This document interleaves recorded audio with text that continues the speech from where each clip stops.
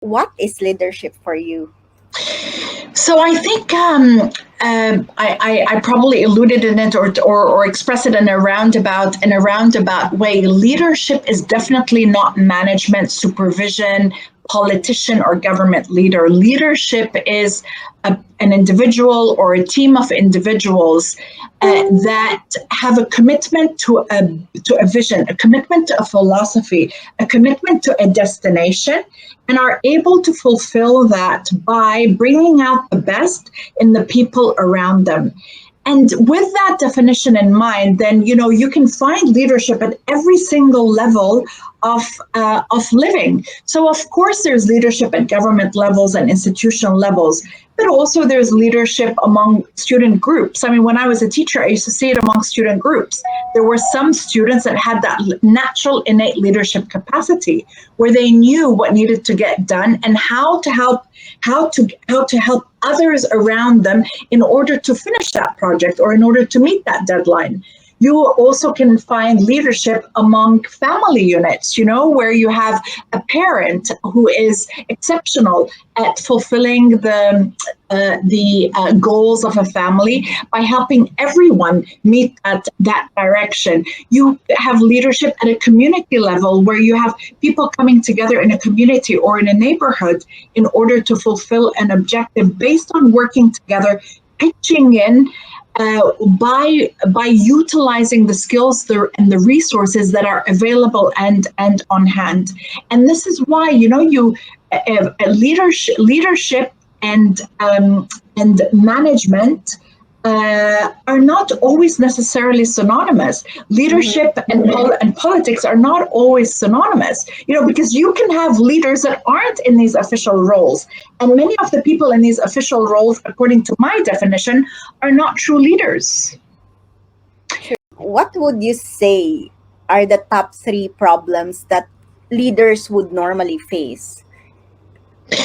By normally, do you mean now or like traditionally or now, Marilyn?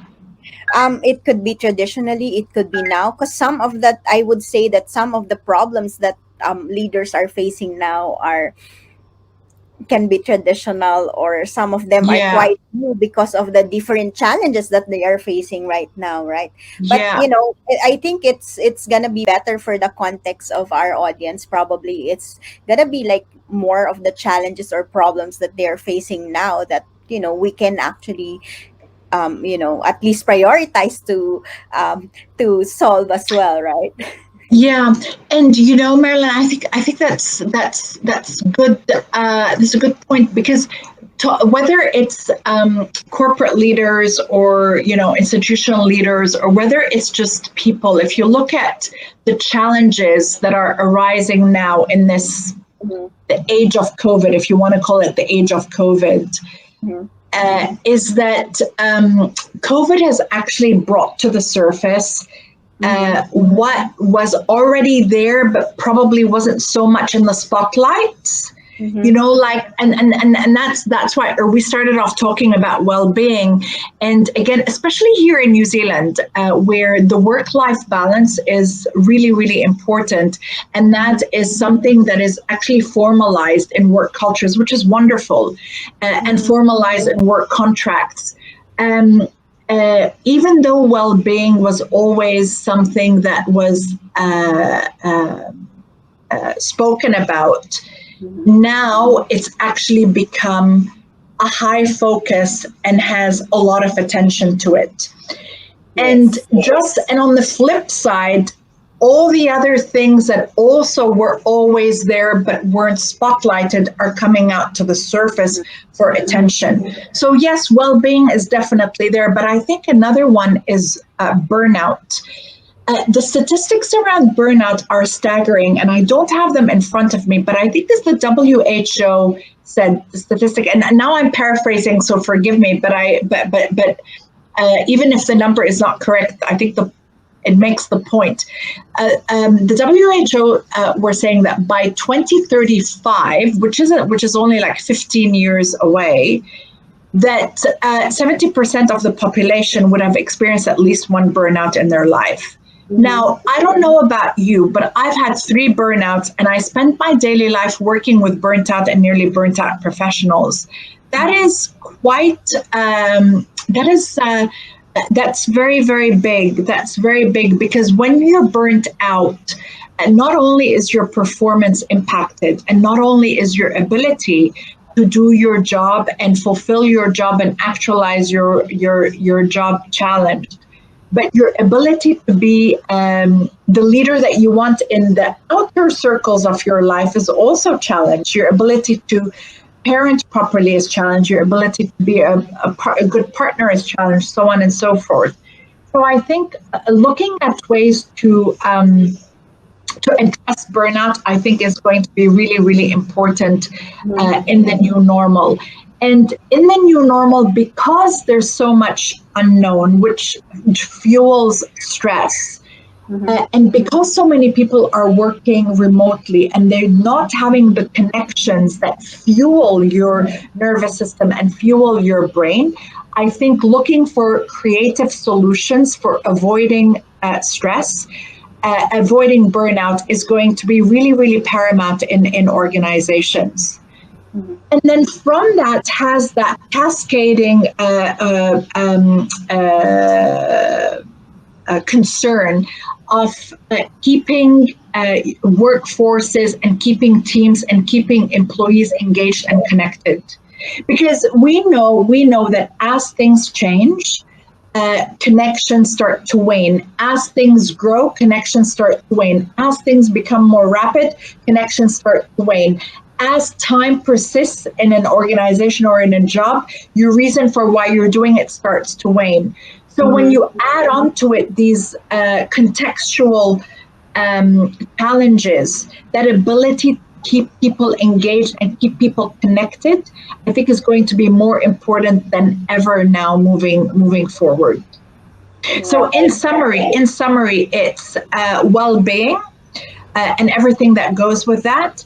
It's addressing burnout, actually more like burnout prevention, and it's fostering and strengthening connection and engagement in your teams.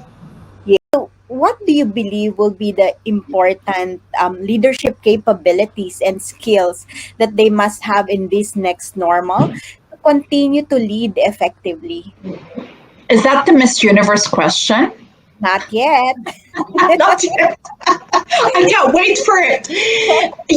I think so. Pre-pandemic, that whole focus and conversation on soft skills was already very much very prevalent, right? So it's not so much about the skills that you get from a textbook that are going to make a difference in terms of your performance and the performance of your team and your leadership capacity, but it's the soft skills. And I think more than ever, those are the skills that are going to make the difference.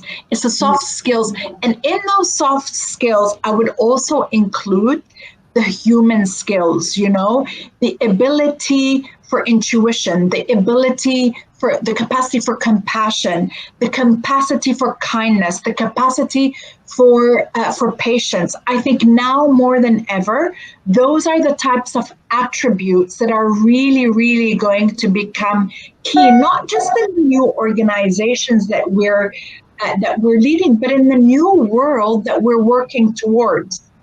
And this is where, Marilyn, where I feel quite excited and quite hopeful about the new direction that we're all moving in, because the conversations have shifted and the priorities have shifted and the currencies have shifted in our world and in our organizations about what else matters. It's not just what matters. Of course, productivity matters. Of course, the bottom line matters. Of course, performance matters, but what else matters? And now we're talking about the what else. It is, team mindset. It is the well-being. It is the compassion. It's all of that. And I think as we bring more and more attention of the what else matters in our workplaces and also in our home and in our communities, I think the future bodes really well for us. Yes, and I really love what you've shared, that it's important that we actually focus more around soft skills and human skills. And that is because, again, like what I've said earlier, we're working with humans, we're working with Totally, people. And totally. if you really want to get a more sustainable way of really creating that, productivity, performance, profitability, you have to take care of your people, right? Whether it's their well-being, whether their soft skills. And yes, I've actually noticed a lot of transition as well, which is Yeah. I'm happy about. And I'm also like partly endorsing, or like hoping to inspire more through this interview with all this, soft skills, human skills, intuition, and all the things that we don't normally talk about. I mean, I work a lot with corporate clients, and yet I'm talking about, intuition, I'm talking about soft skills, I'm talking about like how important it is to have your self mastery and all those stuff. And It's the again, right brain learning, the right brain learning, the right brain skills, the right brain capacities. And that brings us into wholeness, because we're exactly. not just a left brain, we also are a right brain as well. And when Mhm. you address both and you have both Mhm. coming together, then you create, it's more complete, it's more whole. Exactly. And then you don't feel apart from a team, you don't feel apart from a project, you don't feel apart from your work. There's more of a sense of completeness and wholeness, and that can only benefit your bottom line.